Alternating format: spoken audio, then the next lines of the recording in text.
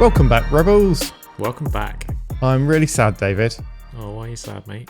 because I feel like a lot of people are putting in lots of hard work and it's just not getting seen. Yeah, I think that's like 90% of people. I think to become that upper 10% is what everyone's striving to, and it feels like there's a magic formula to it. And then sometimes we put all of this work in and it just doesn't happen, and there's something missing, but it's very, very hard to put your finger on what. Yeah, there's been I've kind of noticed a lot recently where I've just been scrolling on Instagram, and these are all people I follow. So these are people I technically like their stuff and like what they put out. And I'm just scrolling past them and I'm not paying any attention to it, especially if it's a video. I feel like videos are the worst, where I scroll and literally if it's not caught my attention within 2 seconds, I'm just on to the next thing. Yeah. And it's funny because I've actually subscribed to these people, so I should care about what they're putting out. Yet I'm just scrolling straight past. I don't know if that's like just we're so used to seeing certain things now that you see it and you just kind of like scroll past it because you kind of know what it's going to be before it's even started. So how do you kind of make it so you actually stop people in their tracks and stand out? Yeah, it's very difficult. And again, I've said it before on the show, I think you need to go to what works for you. And if we're talking about Instagram, the save feature, I think, is a button that not many people use. But if something like jumps out at you, and no matter what field it is, even if it's something way off what you do, so if you're a singer and you're following a food channel, if the food channel does something that makes you stop, use the Instagram save button and just start to build up a collection of things that have made you stop, rather than listening to us and listening to all of the advice on the internet that tells you to do these certain things, which then spreads very fast, and people pick up on all these things and it's like, oh, I need to be doing carousels because that's hot right now. And it's like, well, carousels have been done for the past sort of 6 months to a year now. To get people to actually spend that time scrolling through, you've got to hit them within that very first button. What are you going to do that's going to grab people's attention during that? Save all the ones that are working for you. So it's like, yeah, maybe you can use carousels, but how are you going to grab people's attention? It's, I think, very quickly, and now in the internet age it's faster than ever before, that a tactic works for a short period of time until it becomes oversaturated by everyone going, oh, this works, and then all of a sudden it's like everyone's doing it, so it's not special anymore, and you've got to innovate. Yeah, like everyone knows that person that has created some form of something that's done well on the internet and then just seen it completely replicated. So I feel like, yeah, if you can be that person to create that thing, to do something for yourself that other people could copy, that's a really interesting way to think of it. And I love the idea you said there about saving basically a folder that's just these things caught my attention. And I think when you have them, then it's worth actually sitting down and going through them and be like, what is it about this that caught my attention? And then start to produce things like that. And I don't mean just like copying exactly what that is, but look at the formula, look at what they did at certain times in the video that made it stand out. What was it about the intro? Like, you don't necessarily have to copy the exact way, the look of it, but just what was it about that stood out, that caught your attention? That's really interesting, because I think so much of what happens on YouTube is it all comes down to that thumbnail. Like, you're scrolling videos, what is it about an image that's going to make you click on it? And I know the click-through rates on, there's so much kind of science goes into the click-through rates on YouTube. It is just one image. Like, how can you sell a video to someone? How can you sell something you've put maybe weeks worth of work into one image? And it is worth spending that time on creating those things. Like, there's a guy called Mr. Beast who is just absolutely huge on YouTube. I think he spends something like 6 hours or something putting together the perfect thumbnail, because he's generally spent thousands of pounds or thousands of dollars creating these videos. So you have to click on it. Think about if you're going to spend a day creating a video, how much time are you actually spending getting people to click on that video? That is the most important thing to do, because as I'm scrolling on Instagram, I'm going to see a video and there's going to be someone's going to spend time on that, probably at least an hour if it's a video, and I've scrolled past it in half a second. And that's what I'm kind of frustrated about, that it's so sad that people are putting in all this work and no one's actually taking the time to see it. Yeah, I was talking to one of our listeners about this recently, and for me, it is I was just thinking about presentation. So she creates these amazing pencil drawings, and I'm looking at my own art-based content, and realizing that every time I post a video using Instagram Reels, I get so much more interaction than if I just post a still image. So it's about presentation. It's about thinking like, because I'm going to paint that wall no matter what, the wall is going to happen. But then it comes down to how I then present that to the outside world. And if I know now that if I present it in video format through using different things I've learned through basically practicing on TikTok, because TikTok for me was very low bar to entry. Like, I didn't mind experimenting there. I didn't mind fucking up there. I didn't mind if I had a video that didn't get many views on there, because it was kind of getting to grips with video as a format I'd never used before. And I think I'd never used video because it's funny. We've got the podcast, like obviously we're out there, we're speaking all the time, but it's like, for me and my artwork, I've always kept myself very separate, and I'd never done video because I didn't want the personality of me, like, coming over into my artwork, I've always been funny about. TikTok seemed to be a place where I could just kind of experiment risk-free. And through everything that I've learned there, I've brought that over to Instagram, and it's been really successful. And I spoke before on here about the video that I did that's had 1.5 million views. And I was kind of like analysing it again. So when I spoke about it last time, I said I'd put it up really quickly, which is true, because I was annoyed with the Reels format that it wasn't the same as TikTok. And I was like, oh, they're just ripping off TikTok. I was actually a bit pissed off with Instagram. So the very, very first one I did is the one that got 1.5 million views. And I just did it very quickly. And I didn't even think of, I picked a song that they suggested for me. It's not a band that I'm interested in, Imagine Dragons. I don't listen to their stuff. I was just like, oh, that'll do. And then the caption that I wrote was 15 seconds of painting. And that got me thinking the other day of like, I was like, oh yeah, it was just a throwaway line, like 15 seconds of painting. But actually, that's actually a really good title, because it tells people you're going to experience something in 15 seconds here. It's not going to take any more of your time. Have you got 15 seconds to spare? You're going to see something be painted. And I think most people, because the longer watch time that you have on that, the more it's going to show to other people. So I think people watched the entire video because they knew it was only going to cost them 15 seconds.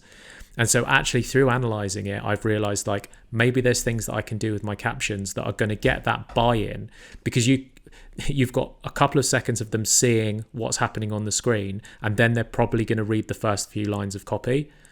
So, and I that's something I've definitely noticed on TikTok. If you can get the caption right on TikTok, you can absolutely explode your video. If you get it wrong, you can get 0 views. So it comes down to things like on TikTok, I've said things like, let me know if you see this. That's just a call to action to the audience, that if they see it, to leave a comment, because I know that the more comments I get, the more that video is going to be seeded out. There's so many tangents with that and like a YouTube video, because I suppose if you look at like your caption in both of those formats are effectively your thumbnail. That's the small thing that people are going to see for a few seconds that's going to make them decide whether they're going to watch it or not. And so I think that is, like 15 seconds. Most people online, if they're on a social media platform, they're not on there they're not, so they're going to be on there for a long time, but they're not intending to be on there for a long time.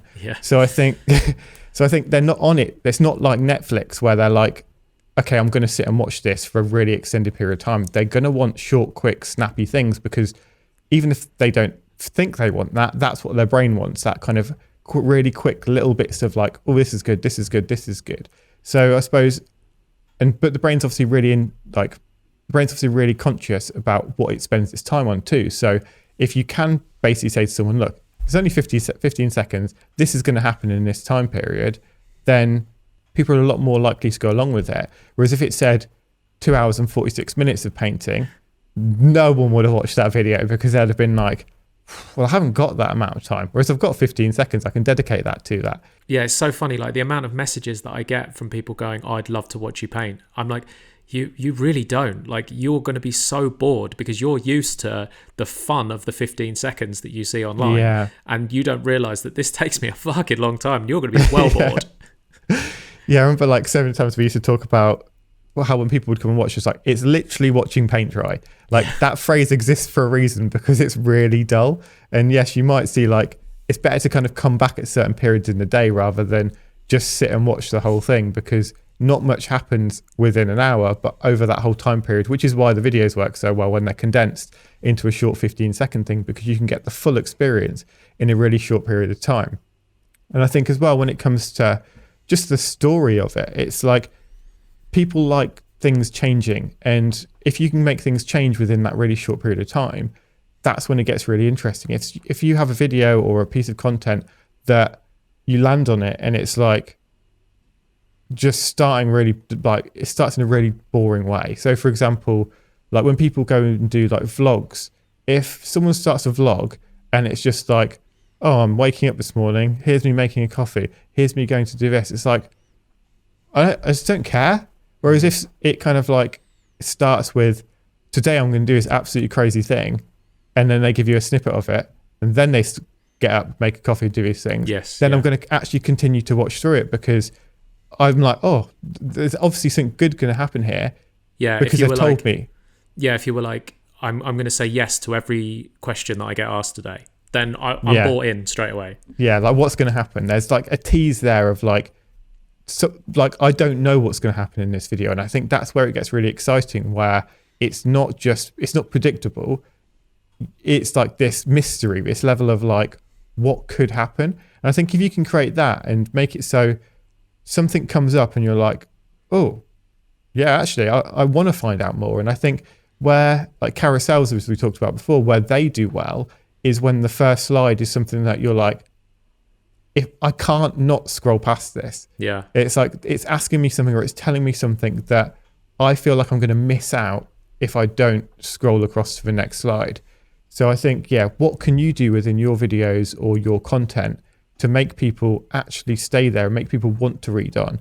And there's a kind of, the word clickbait is obviously very, very negative, but I think it's really important to think about that kind of click through and that catching people's attention. And I think as long as you can get something that's catchy, that you're still going to commit to that promise of this is what it's going to be. Like if you say, oh, here's 10 strange things that are going to happen to you today, and then you're like, and then you go through to the article and it's not that, and you've instantly lost the trust of those people. And then it might work the first time to get them through, but then the next time they come to your video or your content or whatever it is, they're not going to watch it because they're like, you tricked me last time, so I'm not going to go for it again. So it's building up that trust with an audience where you've said you're going to commit to something. This is what you've said can happen within this piece of content, what you're going to learn from it, what you're going to get from it.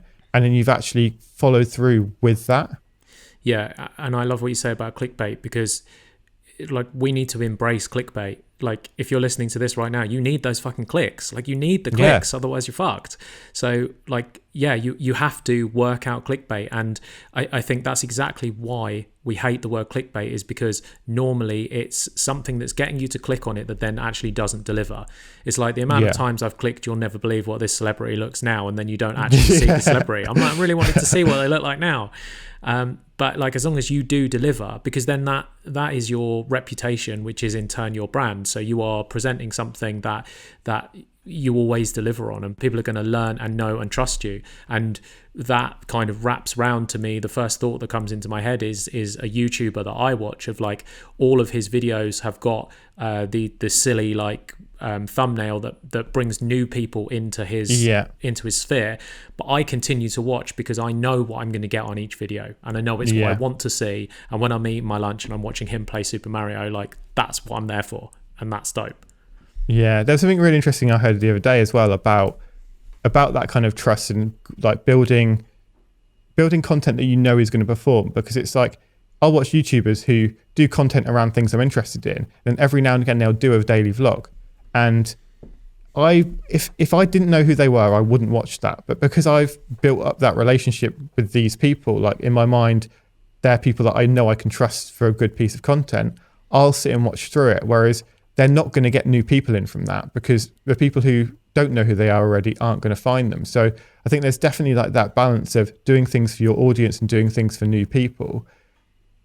But the stuff for new people is just so important. Like it has to be something that grabs people's attention. Like unless your content is so good that people are actually going to go and search for it. So like they won't have to see it in the feed. They're going to go into their search bar, type in that user's name. Like that's a really good thing to analyze. Like who do you do that for? Like instead of just waiting for it to come up on your feed, who do you actually type their name in to see what they've been up to lately, just in case you've missed it? And take notes of what those people are doing as well, because they're going against any algorithm. They've created some content that's so good that you're going to go and seek it out, even if an algorithm's not showing it to you. That's the key, isn't it? Is the content being so good, and I think that's really. I mean, there's been a kind of a lot of tactical stuff in this discussion, but really, what it boils down to is like, make fucking good stuff. Like, if you're making good art, whatever your art is, if you're doing something truly unique, then that's what's going to capture people, and that's a hard journey. It's like hard to find your style. It's hard to set yourself apart from everyone else. Yesterday, we got a message on our Instagram @RebelsCreate from a listener, and I clicked onto her page, and just instantly I was sold. I was just like, you're doing something that I've never seen before. It's Helen Kirkham Sneakers, and she remixes trainers. So she cuts up loads of old shoes and like glues them together and makes brand new shoes from like recycles old shoes. I was like, I've never seen anything like this before. It's incredible. It looks amazing. Yeah. And you can see she's got like a big following, and when you look at her feed, it's like, okay, I know what I'm getting here. It's new. I'm not going to get it from maybe there are other accounts doing it, but I've not seen them. And like, you can see that's why she's doing well, because the example that we always give on here is Harris Newcomb. It's like, we've had Harris on the show before. He's just a phenomenal photographer that and when we said to him like, well, what's your social media strategy? He's like, oh, I post my photos online. And it's like, that's literally it. And he doesn't go, oh, I must post at 7 p.m. because that's the best time for engagement or whatever. It's like, if he posts something, people pay attention because it's so fucking good. Yeah, and I think he's a perfect example of like, he's someone who I will actually, if I've not seen his content come up on my feed for a while because the algorithm hasn't served it to me, I will type his name in to go and see what he's been up to recently. And I think that just comes down to the quality of his work. So if you can create work that is genuinely good enough that people will search it out, then yeah, that's the winner. Yeah, and like, just believe that you can get to that stage. It's like, because it won't happen quickly. There's a Twitter trend at the moment where people post up how it started, how it's going, and they put like 2 pictures up.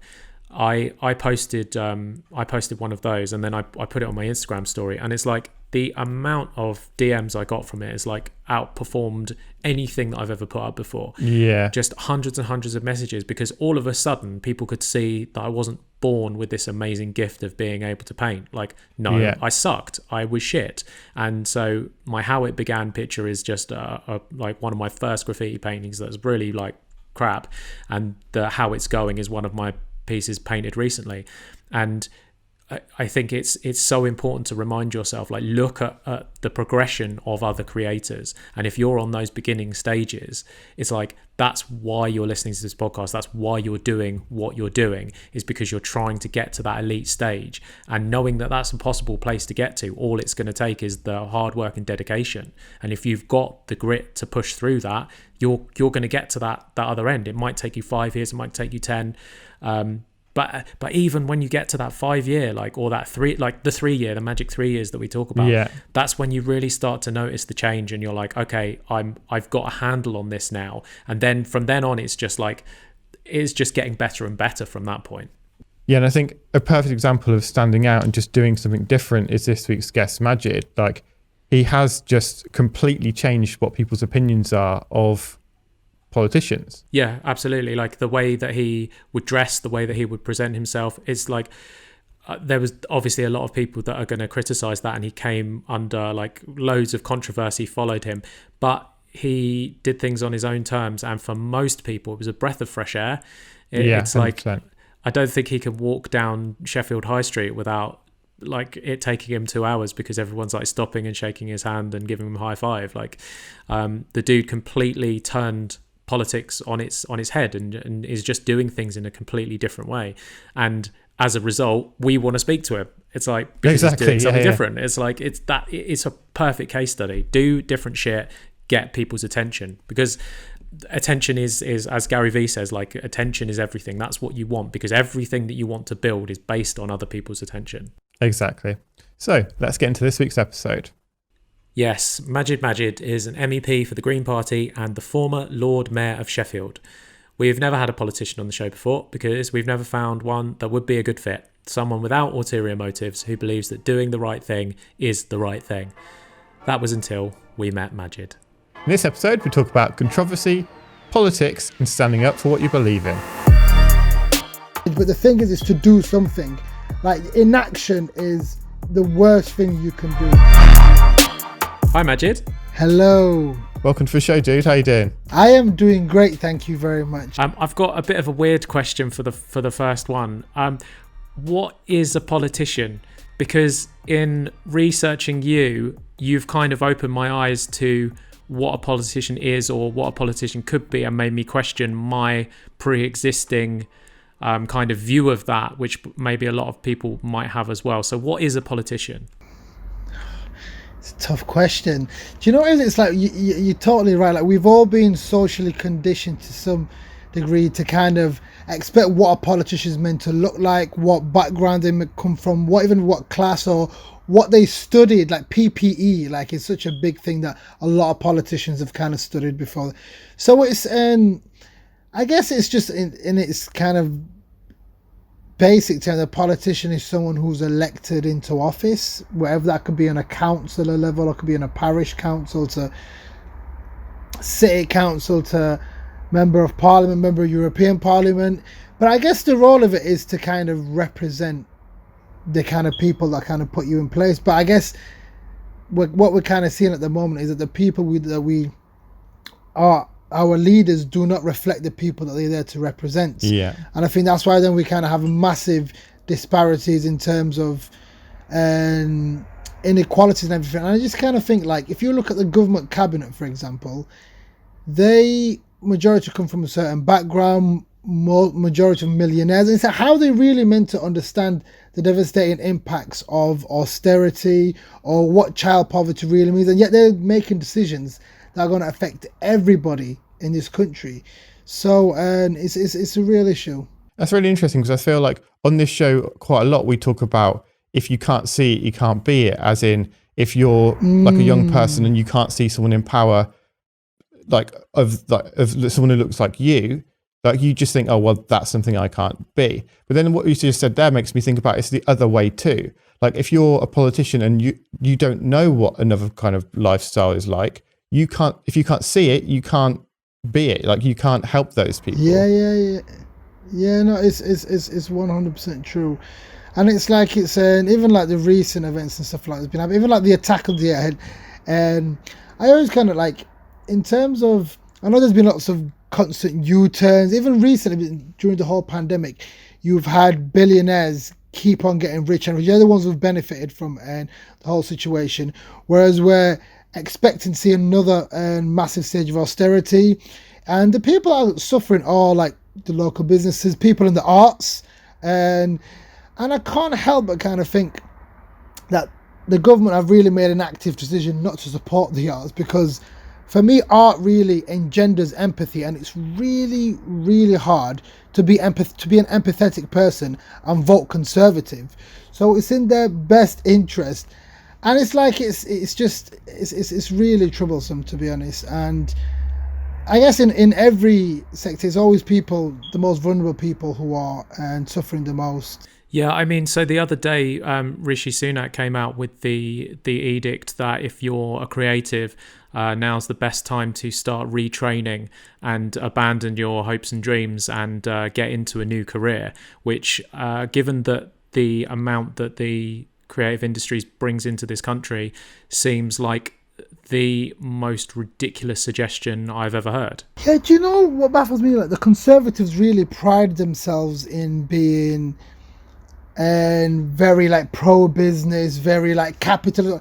But if you look at the arts, for example, honestly, what would during lockdown, what would the world be like if there wasn't any books, if there wasn't any films, if there wasn't any art? It's like we completely rely on art, yet as if like they don't value it as much. And I actually, did any of you take that test, the kind of quiz the government and the government website, like, so you basically, and I think they put it out like a week ago, and they were like, do this quiz and it can tell you what you can retrain as. and I came out as an actor to something that's I not was being like- funded.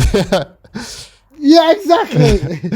And it's just something I've like probably got. I ain't got an interest in either, to be honest. But it was just like the kind of. So yeah, it's just. And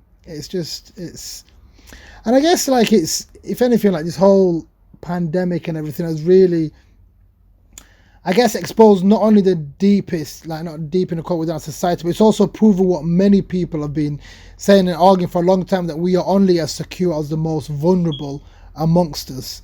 So it's, and even like honestly, just the respect like for like people who've been protecting us, like those frontline NHS staff and key workers. Yet they basically won't even give them a pay rise of any, like even a single pay rise that they've been asking for how long. Yet there's a lot of performative politics that really does my head in, because they'll all get people like they'll clap and they'll always say good words and this and that, but when it really comes down to crunch doing something meaningful, they're nowhere to be seen. Yet they can't give a pay rise to the NHS staff, yet they're happy to they've recently taken a pay rise of £3,300, all MPs, and they've all kind of agreed on that. And it's, why couldn't they just be satisfied with claps? Why can't we just give them claps instead of giving a pay rise? But it's, Yeah, unfortunately, you can't feed your kids with claps, can you? yeah, exactly. So we've got this sort of very old-fashioned system that most people don't see that there's any way that they could be a part of it. What was it that changed for you that you thought, actually, this is something that I could get involved in? A couple of things, really. So I think first I was really just tired of complaining, and I was like, I couldn't just keep on asking the wrong people to do the right thing. And I remember it was 2014 in the European elections. And I remember it was when Nigel Farage and UKIP did really, really well. And I just remember thinking to myself, with everything that's happening, if I can at least make my small part of the world, my Sheffield, my community, that bit better, that's at least me having a positive contribution. And I kid you not, like it's, and I studied aquatic zoology at university, and then I did, it's like I did start business, which kind of failed. Well, it did fail. It kind of failed, but it failed. But then I then moved back to Sheffield, and I was working for the housing charity Shelter, so I didn't really understand much about politics. But I would watch a lot of YouTube videos. I would read up a lot of like blogs, articles in terms of local democracy, how the council works, who makes their decisions, how they're elected, just everything I can really get my hands on. And I've always been more of a visual learner than everything, so that's why I would just watch a lot of videos on it. But and then I just was like, right, I'm just going to get involved. And the first campaign I got involved in was trying to save the local library from closing down, which we were successful in. And then that was, I guess, the first political, like then I joined the Green Party, because at the time the Green Party was the only party that had a red line against austerity. There was the only party that stood up for free education. And a lot of my values and principles kind of aligned most of the Green Party, so I basically joined. But I guess the first memory I've got in campaigning of any sort was when I was at university.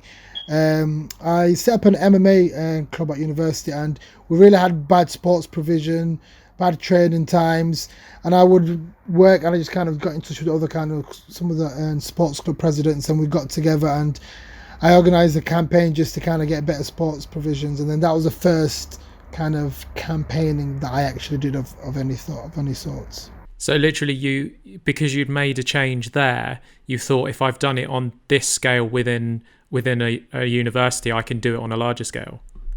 Yeah, and then it's I guess when I did at university, and then I did that kind of did progress into like finding about how the students' union works and collectively organising, and then I stood for the student union president, which I got elected in. But even then, I kid you not, right? Even at that big age at university, I really couldn't tell the difference between left or right in terms of like political spectrum. I literally wasn't.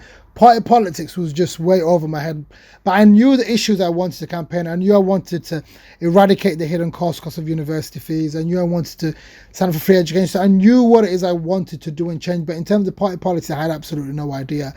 I even remember at the hustings, I got asked if I was going to join the picket line, and I had absolutely no idea what the picket line. So I need to give it. So I just said yes, and I just got a massive round of applause. But it's literally like I was just like, I didn't know anything about party politics or even politics in general, but I just knew about the issues I cared about and why I wanted to campaign on. And then loads of things happened in the meantime. And then when I moved back to Sheffield and then that European elections, that kind of really spurred me to kind of get involved in party politics. And then after that, then I kind of got elected as a councillor, and for where I lived, that was amazing. And then sort of to become Lord Mayor, and then just one thing kind of led to another. And then it was at the time of the European elections, which we weren't meant to have.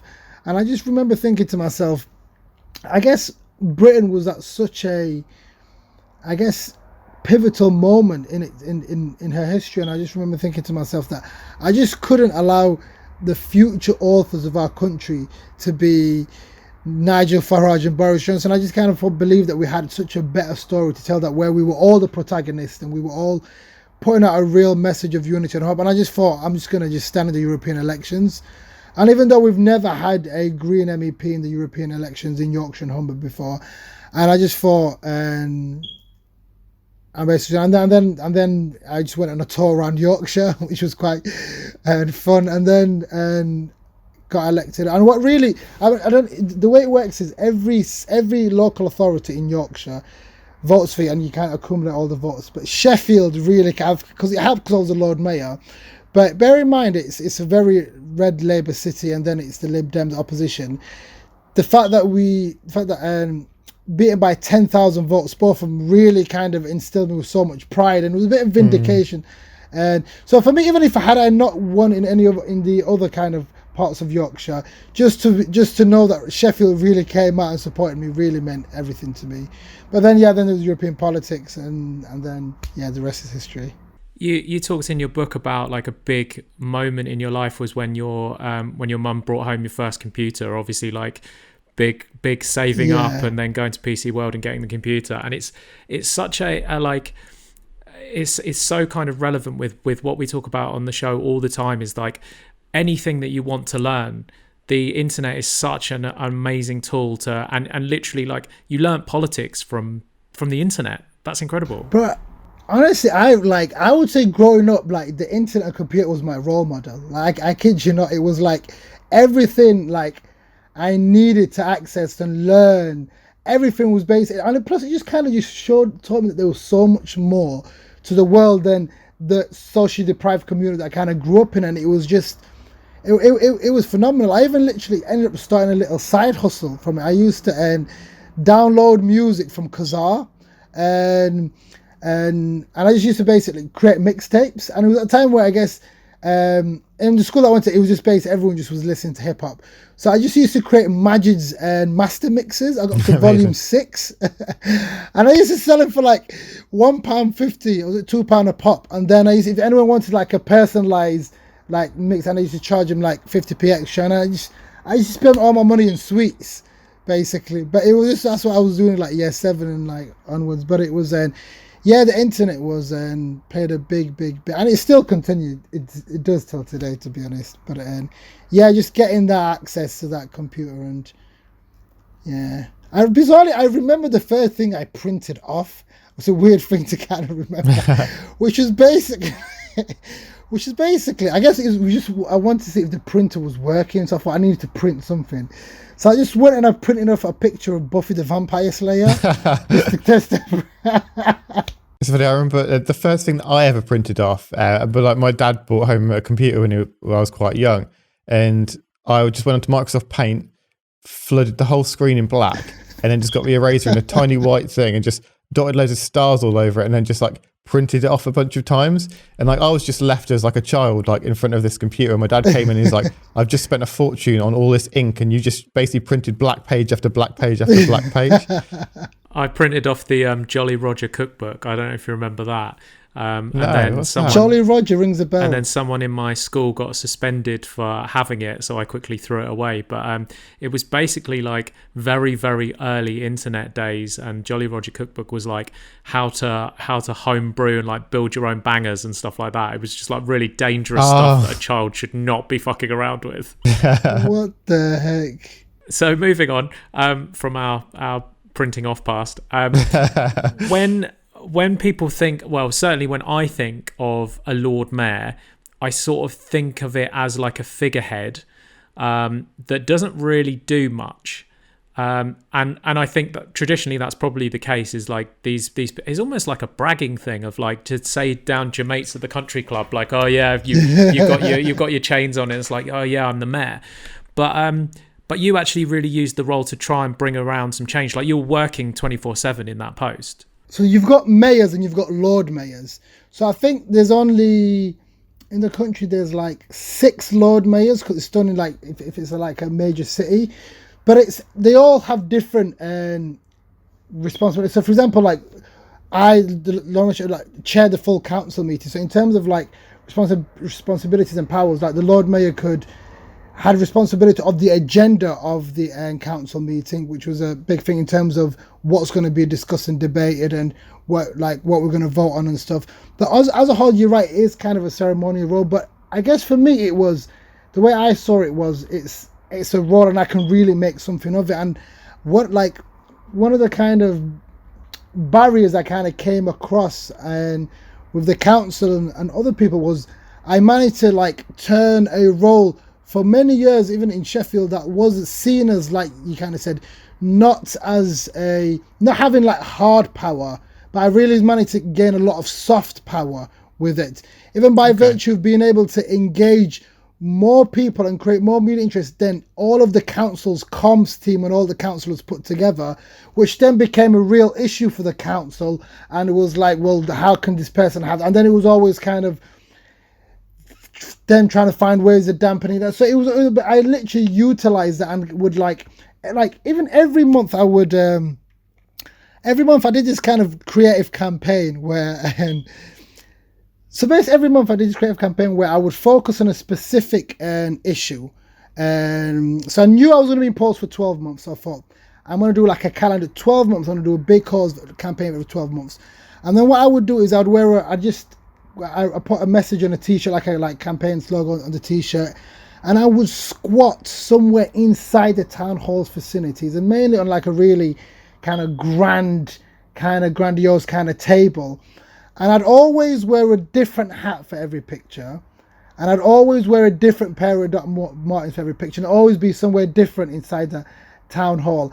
And honestly, like, for me, it was quite interesting to see, because people just lost their shit. People just could think, why is he standing in so and like, and for me, it was like there's that Maya Angelou quote, which is like, people don't necessarily remember what you do or say, but they remember how you make them feel. And of course, there was an element of me who was, especially when there's so much information out there and people's attention spans are getting shorter, I was like, how can I grab people's attention? And then once I've got their attention, feed them with kind of like positive, like whatever kind of message I want to basically do. And basically it was literally, I know it sounds stupid and ridiculous, but just by virtue of just me squatting somewhere inside will just get people's attention. And then like I'd always every picture, because like I thought it was, and it took ages because everything had to be choreographed. Like at times I'm literally having to find a coffin in Sheffield to kind of like to use as a prop for it. And then it took like that people see a picture, but it literally took like at least 5 hours just to bring to life and get people to do it and stuff. But then how I was dressed in the picture is how I would chair the full council meetings. So whatever t-shirt or hat that I'd want, and it was always the thing where it was, I guess I'd keep people guessing in terms of what hat I'd bring into the council that day. But also not only that, for me, it was just like, honestly, just bringing the role to ordinary people and making people have a stake in the city and the civic role, and making them feel as if like my journey was their journey. So like, even like, for example, if I was married to a woman, she'd be called the Lady Mayoress. If I was married to a bloke, he'd be the Lord Mayor's consort. If I had a girlfriend, because it's so archaic, she'd be called the Lord Mayor's escort, because it's just old fashioned, right? But and for me, it was just, I just thought, you know, just having the same person with me every time would just be a bit boring. So I literally would just tweet it out, and I'd just get people, and I'd just pick people up from the house, and I'd just get them to come in for the day, or honestly, at times I just literally used to pick people up from bus stops and just take them to town or wherever if it was heading the same direction. But even like when I used to chair the full council meetings, I really, because one of my main focuses was arts and culture in Sheffield, I really wanted people to feel as if like this council chamber was for them and it was their space. So every council meeting I would I used to break up the council meeting halfway, and I used to invite a creative to come in and perform in the council chamber to the local decision makers. So I had a comedian, I had a shoe designer, I had a magician, so you name it. And it was just, for me, it was important. And even though they were a bit nervous because if you look at the setting of it's a very beautiful, really old, and but it was a bit nerve-wracking for them but it was, for me, it was important just to kind of be like, no, this is your space. It's important for you to kind of be here. Yeah, I think that's so great how you've changed the perception of what that office is, because I think to most people on like the streets, they would look at it and be like, oh, that's something for other people. Kind of how we talked about before with like big government. It's like, that's so far away from where I am. And even on a local scale, I think people would probably think, oh, that office, that building there is for people who aren't like me. But the way you've managed to bring that together of actually making it so it is something that we can be involved with I think is just the perfect way to help promote it. And it's also going to make people think, because it's like, there's obviously going to be a progression. No one's going to go from just learning about politics on YouTube to becoming prime minister. But unless people take that first step, and it's like the first step is going to be like following a path like you have, where it's going and just making that first bit of movement, and then I can change here, and then how can I like scale this to be able to affect a much bigger community, affect the country. Yeah, no, 100% spot on. And it was like, I guess even just by virtue of bringing people together, it really, I guess even the actions I was doing really managed to kind of also build my profile.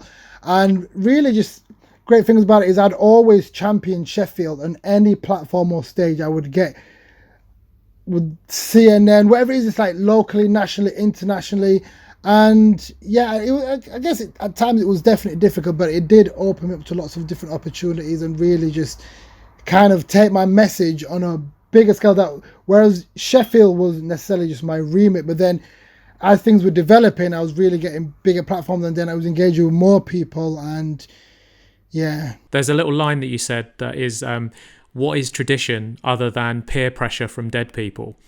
And I just love that. Yeah, it's true. It's like it said, we used to have shit traditions where women weren't allowed to vote, or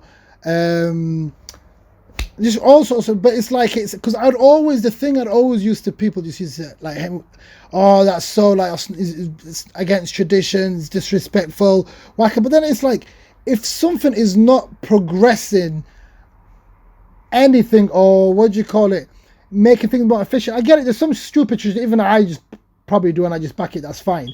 But if I want to start new traditions, just let me be. But it's like a lot of people just put it this way, a lot of people are just scared of change. It keeps us in the dark, doesn't it? It's like, oh, why are we doing this? Oh, we're just doing it because that's the way we've always done it. And the change only comes around when we decide to do something completely new. Yeah. So literally, for example, this is how ridiculous. So I set up a UK suicide prevention charter and got a lot of national organisations, people to kind of sign up to it. I had a bit of a backlash, and because they say, oh, you can't do that, that's not what Lord Mayor does. I'm like, are you actually serious? I even I created a post of the Sheffield Poet Laureate in Sheffield, and they were like, who says you could do that? I said, I'm not asking. Nobody told me to do. I didn't ask for anyone's permission. I'm just doing it. It's like, but then they just but like. Who's gonna have a problem with that? Why, honestly, haven't you got bigger things to worry about? Do you know what the fascinating thing is like? He's ruining our city. He's making poets. Do you know what? This is how ridiculous it was, right? And I kid you not, is the council. I guess because for them it was just a struggle of power and influence, right? And what was interesting was because, and I had some Labour councillors who were friends, and they would tell me everything that was happening basically. And honestly, I used to invite the whips, so basically like the whips from each of the political parties before the full council meeting. And I remember they saw the coffin that I kind of used for a prop, and they were like, "Why is there a coffin there, Majid?" And I was like, I was winding him up. I was like, do you know what, guys? I've got this great idea. I'm gonna like do a bit of performance art in the council. So I'm gonna get carried in the coffin, and I'm going to arise from the coffin, and I'm gonna basically chair the meeting from the coffin. Clearly joking, right? They spent out their 2 hours meeting as a group. They spent an hour and a half discussing what they were going to do if I was to actually come out in a coffin and how. And it was just like it was they just like, it's honestly a lot of them. But you know, the bit that really hurt me the most was, fair enough, they literally tried to change the entire constitution of the Lord Mayor, which is not changing 100 and God knows how many years, just to try and like kind of wind me in. But what really bothered me is when I used to invite like creatives to come into the council chamber to perform, they like more than half of them used to walk out. And then literally, I'm not even lying to you, they used to wait outside the door until the performance was done, and then they used to come back in because they basically was disagreeing with what I was doing, saying it's inappropriate. And I'm like, listen, it's my meeting, I'm doing what I want. You can either be childish and kind of walk out the room and disrespect the guests that we've gotten today. But yeah, it's honestly like it's not like, I don't like, it's local democracy isn't this place where people listen to each other. There's people are reasonable, people are, it really is a bit of a cesspit at times, if I'm being completely honest with you. It can be shit. Obviously, the campaigns were like a really huge thing, and the first time you popped up on my radar was when the photo of you wearing the Donald Trump is a waste man t-shirt just went ridiculously viral and was just featured like everywhere. Yeah. Obviously, when I saw that, I'm like, this guy's an absolute G. Like, look at this guy like squatting with all of his chains on and his Donald Trump is a waste man shirt. I think you're wearing a sombrero as well, like just for the extra little dig. And I'm like, this guy's a G. But I know that obviously with that, when you have the bravery to post something like that, you get some of the people like me who are fully supporting, but then there's also a lot of naysayers that are going to come along with that as well. This is normally a question that I save for people who like do reality TV shows that we've had on the show, like, but it's kind of relevant for you. Did you have any sort of training in how to deal with this like wave that was about to come? When I first became Lord Mayor, the picture that I put, that was the first picture that went viral, and then everyone was doing news stories of me. But it's, put it this way, I didn't have any media training. Even when I asked, because normally the Lord Mayor's got access to the council's comms team, zero support. I got some guys kind of like, honestly, like up until even like halfway into, I said, guys, I could do support. Zero support whatsoever. So I legit like was doing everything that I could in terms of like, and I had like 2 secretaries that were helpful and stuff like that.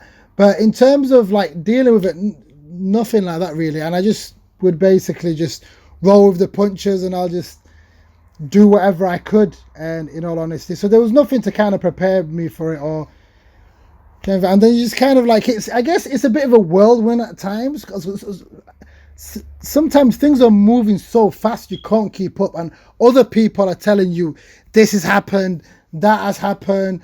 I'm like, what? And it's just a bit, and it's just a bit mad, and at times to be, but it's exciting.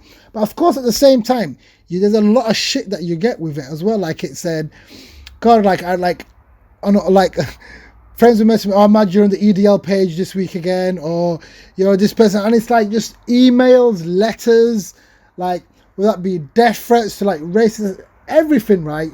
But thankfully, I'm quite thick-skinned. Like, honestly, I just kind of like laugh it off, to be honest. I did like, it was humorous ones, where the levels, some of the creativity, and I don't know. I quite admire insults where people have put in some creativity rather than just call you a cunt or a prick. I'm sorry, all right. But people like would create GIFs or actually paintings of like a dildo in me or something like that, just something ridiculous. And it's actually quite hilarious to kind of just see the amount of how much they actually care and put effort into their insults, which is, I guess, like a bit more admirable than just calling them whatever. But it was put it this way, it's at the end of the day, it's like my energy is limited. I always would focus on the positive stuff as much as like, because I used to keep a hate box in my office, and I used to kind of keep a really positive box. And like for every like hate box, there was so much more positive stuff. And I'd always focus my energy on the positive stuff, even though at times I really did want to retaliate and kind of say something, but it was like, Nah, just save your energy for the positive things. And did you use that kind of negativity to flip into like, actually, I'm going to use the energy they've sent me to just keep going and keep doing more things? 100%. And do you know what? Like, listen, like, we're all human, and of course, I doubted myself a lot of times, and of course, at times, especially at the beginning, I had the imposter syndrome, and I'm like, what the heck? I just thinking somebody's going to catch me out that I'm a fraud anytime soon. But then you kind of just grow in confidence. And you know, like, there's times I'd be like, are you going to do this, Majid? Like, are you sure you want to do this? Or I'd be like, damn it. But then I just would always have to remind myself that, Majid, listen, all of this is temporary. Like, it's nobody's. The one piece of advice somebody gave me, and it was the caretaker of the town hall, he was like, Majid, he goes, it's always better to get in trouble for something you did than get in trouble for something you didn't do. And in honesty, everything I was like, do you know what? Is anybody going to die? Am I going to get some heat? Yes. And the reality of it is, I just like, not to make it somber, I'm like, listen, we're all going to bloody die. Like, who really, what difference does it make, kind of thing? And I would just basically just do what I was going to do and just deal with whatever the consequences or whatever the aftermath of that was. And like, for example, like I was fully aware, like in terms of like, I thought, like, I'm going to come out of the council. Because just to give you an example, sorry, there's a lady, her role is the Lord Mayor's mace bearer. She's got a massive golden mace from the Queen, right? This mace has to be placed in front of me. Otherwise, any of the votes that take place, if that mace is not there, is not legal. Like, it's just the Queen's mace. It has to be there, right?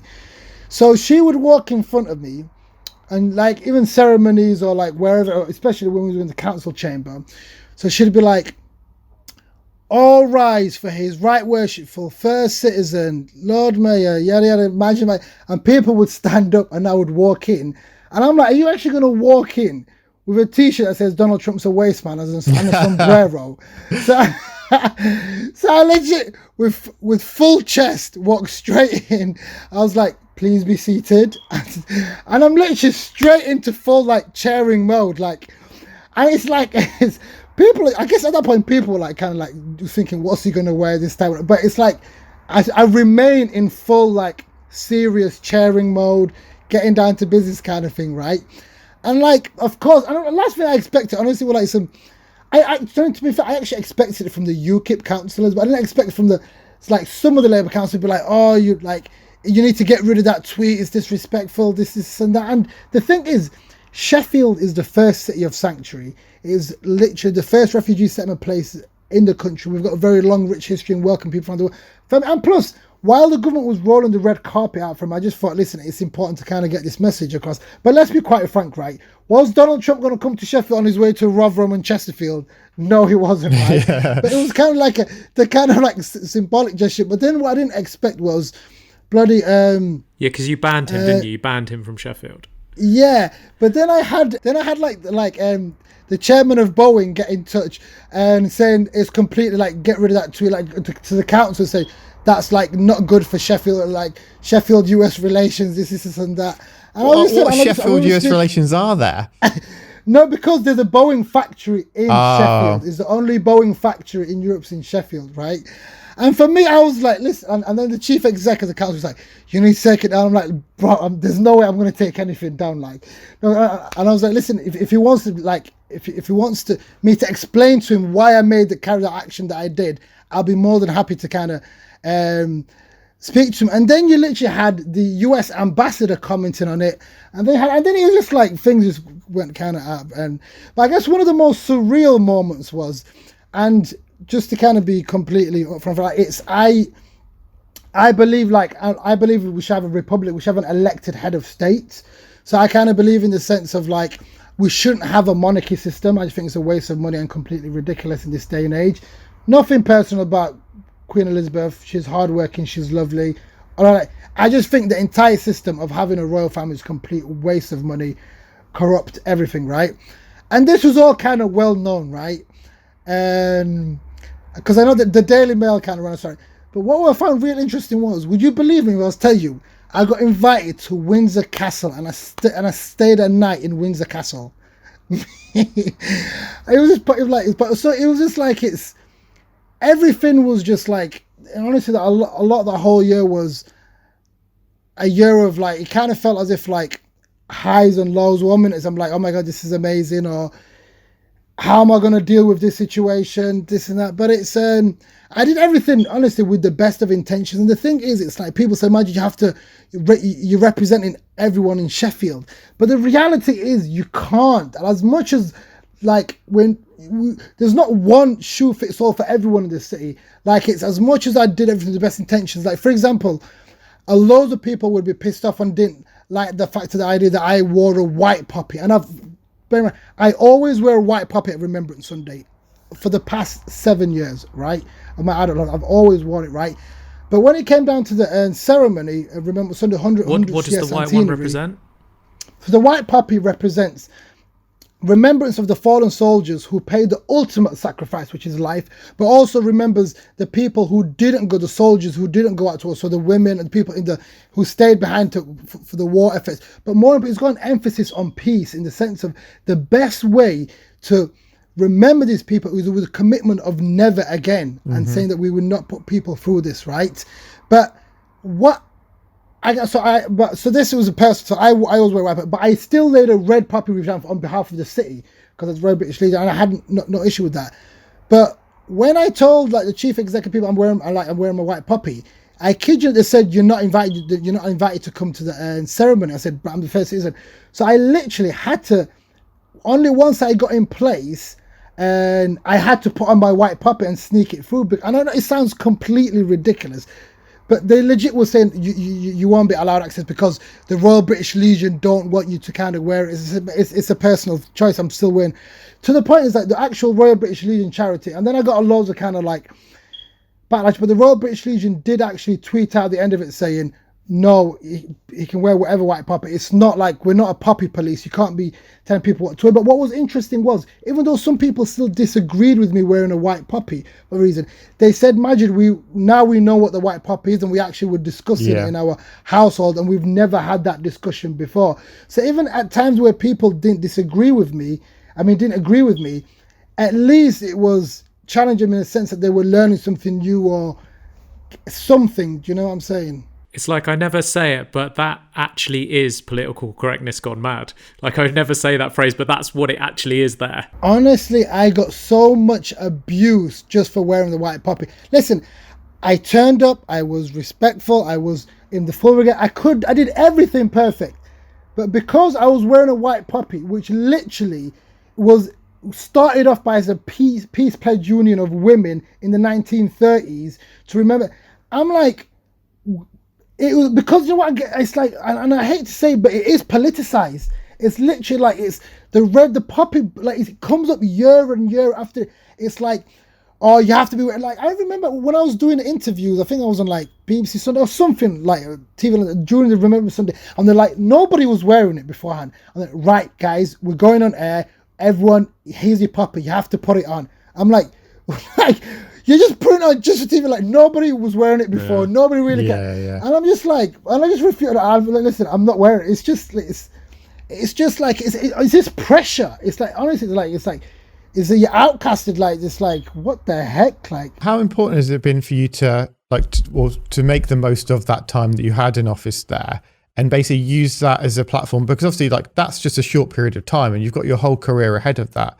How important was it to use that time as a platform, as a stepping stone to all the things you can do in the future? Because I think it is really important to, like, if you just were quiet for that whole mayor period and just didn't really say anything, do anything, no one would have known you. You wouldn't have got a level of fame from that, where now you can actually help so many more people because of the level of fame and attention and influence that you have. Do you know what, mate? Honestly, I wish, and I was one of the people that kind of looked ahead long term kind of things. And I guess there's pros and cons to in terms of having a career. And I've never really had much, or kind of sought myself to like ram. It's just like, for example, once I knew the term was coming to an end. It is what it is. But then you had the European elections that we weren't meant to have, and then the European elections were happening, and with all that chaos and everything that was happening, I said, right, I'm just going to run the European election. And then that kind of happened, and I was basically, maybe European Parliament represent Yorkshire Humber in Brussels, and then that was an interesting, amazing experience.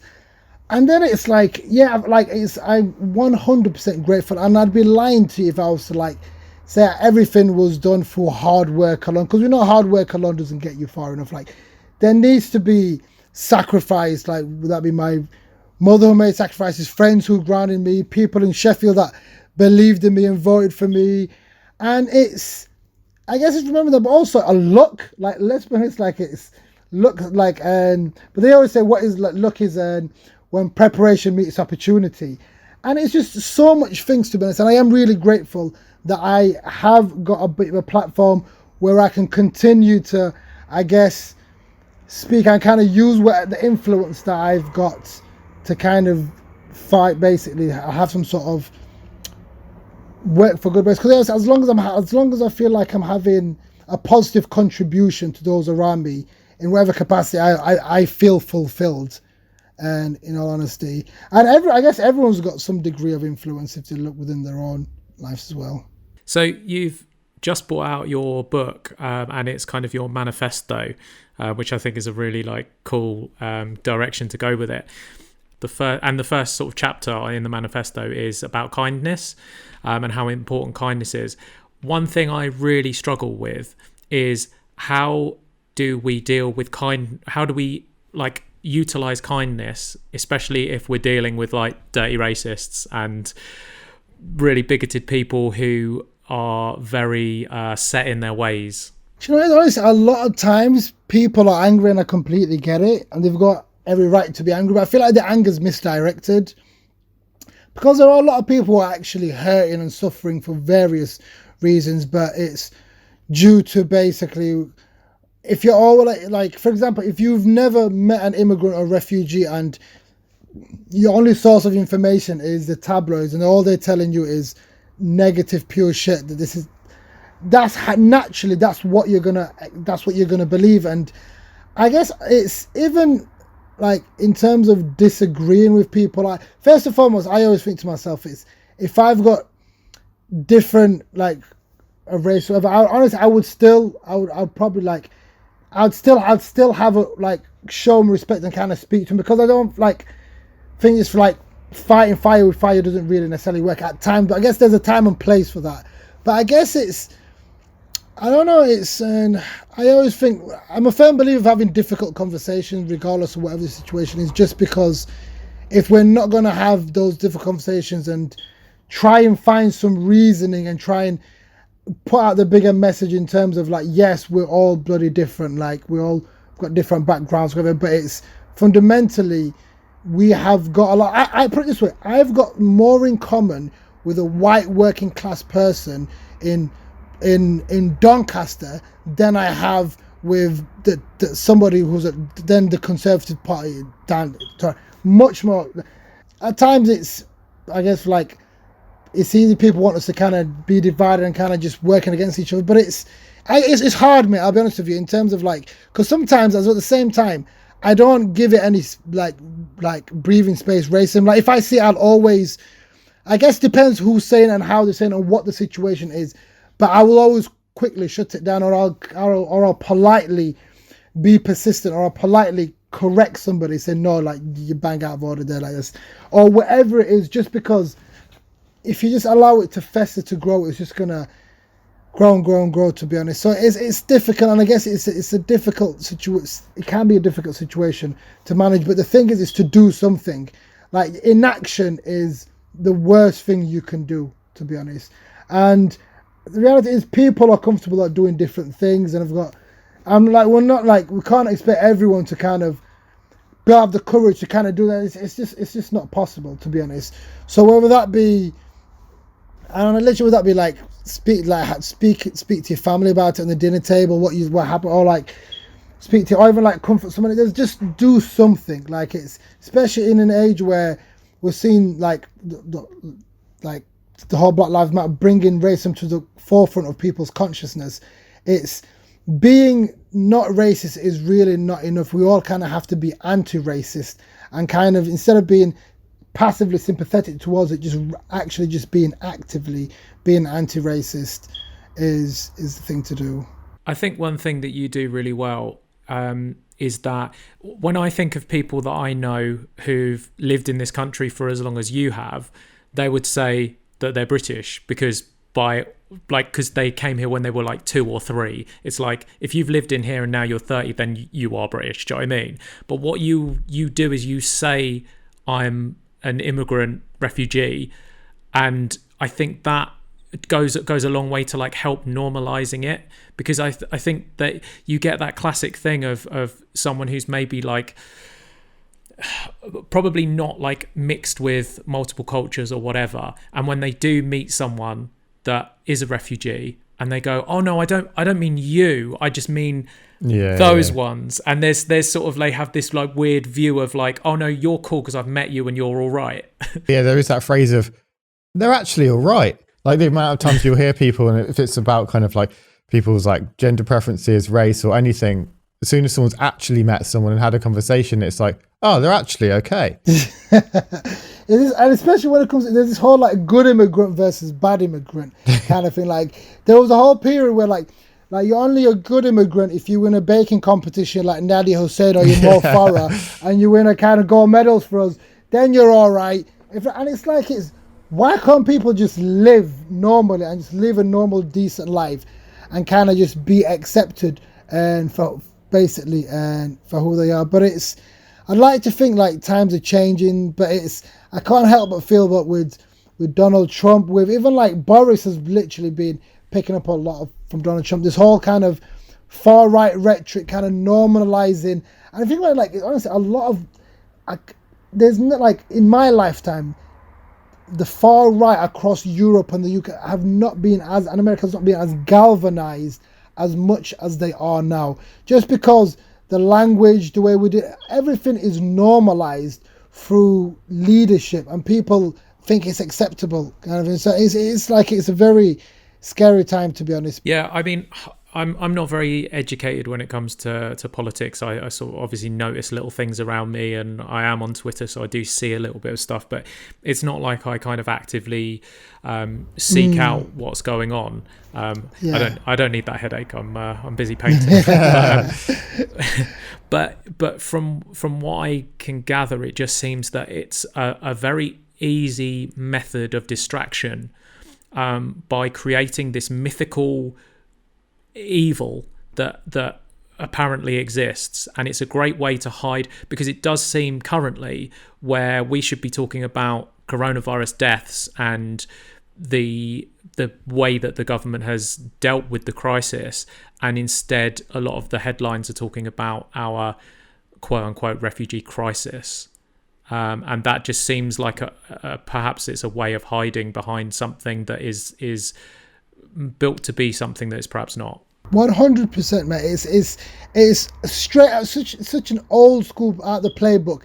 Literally get people distracted and get them basically fighting against their differences, which is so nothing compared to what basically the state everyone else is doing. But it's and especially, you know, it's like, I think that for years we were told that this government told us that they was really trying hard to it wasn't possible to house all the homeless people. Then the pandemic hit, then they housed all the homeless people. Yeah. For years we got told by the government that we couldn't borrow beyond a certain point. Then the pandemic hit and we're borrowing record amounts. And they're basically just two examples. So all those years we were told that things couldn't be done. It was just utter bullshit. It was absolute bollocks. So if it's possible for the pandemic, it's possible for all other issues that we face. And I guess with that knowledge, we all kind of have to really confront our local authority, especially the national government. And because it really isn't a matter of economics, it's always been a matter of political will more than anything else. And especially like the realms of what can be done have dramatically expanded over the recent events. And as a result, we really have to, I guess, really reconsider what's possible and be more ambitious and demand more, because we can't, I guess what I find really difficult and kind of how it's like at the worst possible time, we've got the worst possible people running the country. And basically that's how I say it in all honesty. But it's, I guess, I don't know, just like despair isn't really an option, and like it's not an option for me, it's not an option for you, for anybody else. It's the problems that we face didn't just come down from the heavens. Like they were made by bad human decisions, and mainly by men in suits.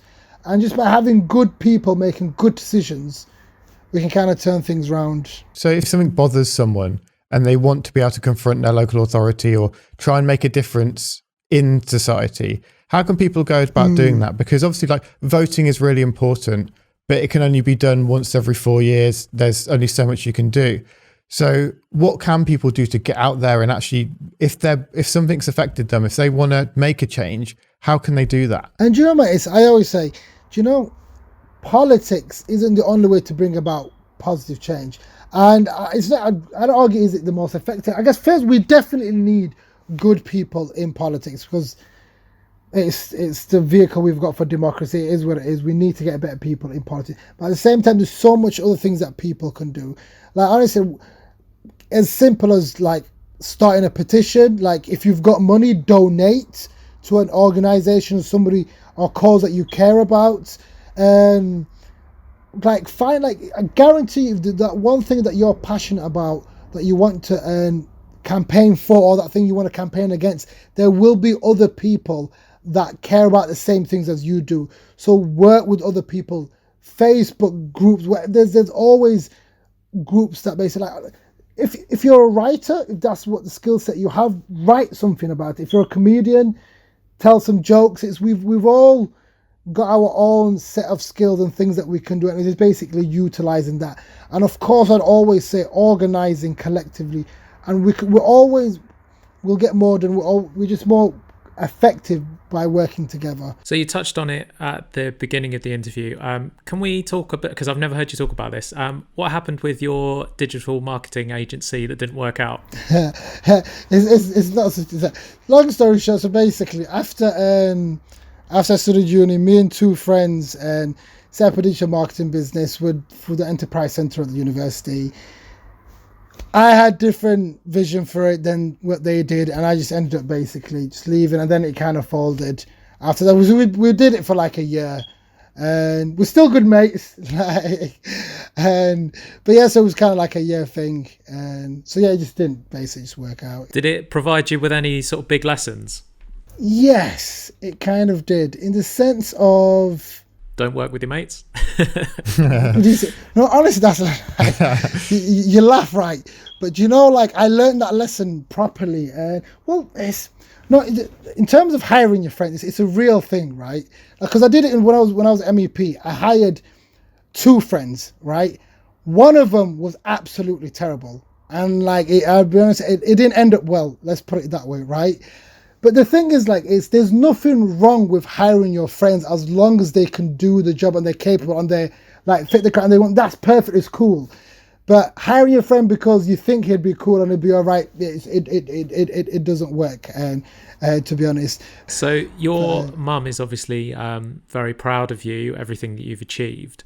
But you kind of mentioned in the book that the parental hope in the beginning was that you might be doctor, lawyer, like lots of religion, marriage, all of these things. But now obviously you've trodden your own path, and she's hugely proud. What happens at that in between stage? Because I know a lot of our listeners kind of struggle with that. Here's what my parents want me to do, but here's what I want to do. Yeah. Do you know, first and foremost, any parent wants what is best for their children, like, regardless. But it's just that what they think is best might not be necessarily what you want to do or what's best for you. Like, my mother, for her, like, the best for her is what success was. So my mom, in whatever limited views that she has, she thought, well, a doctor, lawyer, that is what success is, because it provides a good income and it provides stability and it's a respectable job.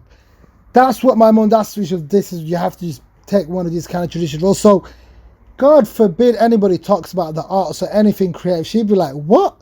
You like, it's just like, because she doesn't equate that to success, because she doesn't know anybody, she's not seen.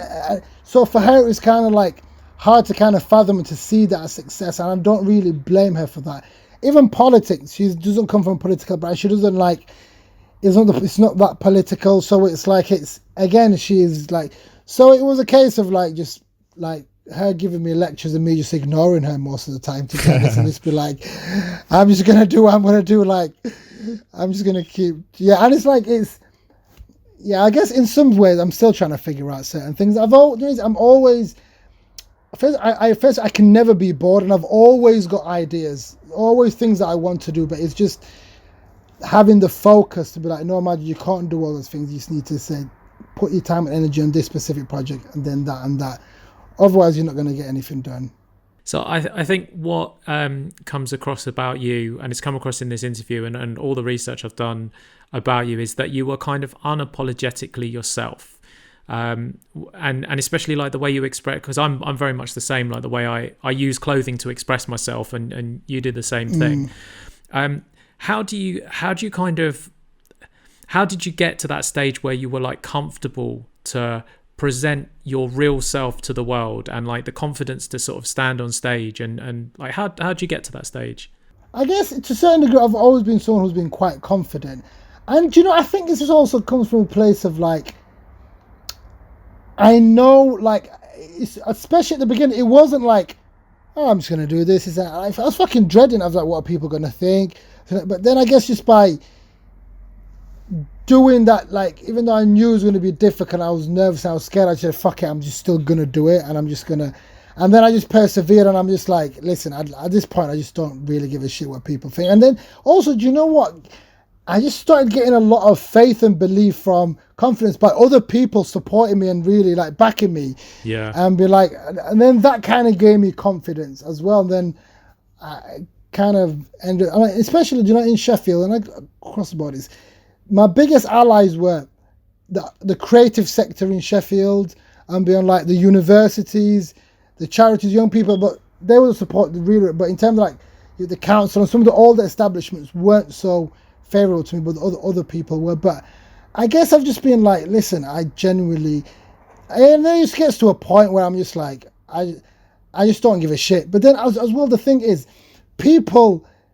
I had someone say to me, I remember clearly, like, Magid, I don't agree with the way you dress or how you act, but fundamentally I respect you because it takes a lot of bottle to actually go against the grain in an environment that tells you have to conform and you have to do this and that. And honestly, even just by virtue of literally me being unapologetically myself, it just generally does inspire other people, and people feel if that, like, how do you do that? People always speak to me about this as well, so it does have a knock-on effect. And even stupidest things, people like, oh, I've always thought I wanted to wear, like, I just thought maybe I couldn't. I'm like, bro, just do you. Like, it's the reality as well. A lot of the times is we put a lot of barriers in front of ourselves, let alone other people. So I guess we can be our worst enemy at times. Yeah, definitely. So you've obviously always been really supportive of like the creative sector. What's your main piece of advice for the creatives? I guess the thing that holds, in my opinion, what I kind of like is a lot of people at times just are just the fear of like losing, or the fear of fucking up, or the fear of not working. But for me, honestly, everything that has been worthwhile in my entire life that I've ever done has always come from a place of vulnerability, especially vulnerability. And I'm being like, do you know what? It's the birthplace. It's the birthplace of so much amazing things. So I always find that's what holds back a lot of people. And I get it. It's different. I feel like and I'm sure it's the same for so many other like young boys. It's like getting raised, you always told like you can't always be safe. You can't show any vulnerability. This and that. And it's like literally the strongest, most courageous thing you could possibly do. If there was any measurement of courage, it'd be vulnerability, surely. So for me, it was just like I always kind of feel like that's what kind of holds people back. Amazing. Dude, thank you so much. This has been really fun. No, thank you guys. It's been a real pleasure. Tell people where they can find you online and any details about the book. Magid Magid on Twitter, Facebook, Instagram. Book you can find in all your good bookstores. But yeah, guys, it's been a real pleasure, and I wish you guys nothing but success, and I look forward to watching a couple of your other podcasts as well. Oh, thanks so much, dude. Awesome. Thank you, dude.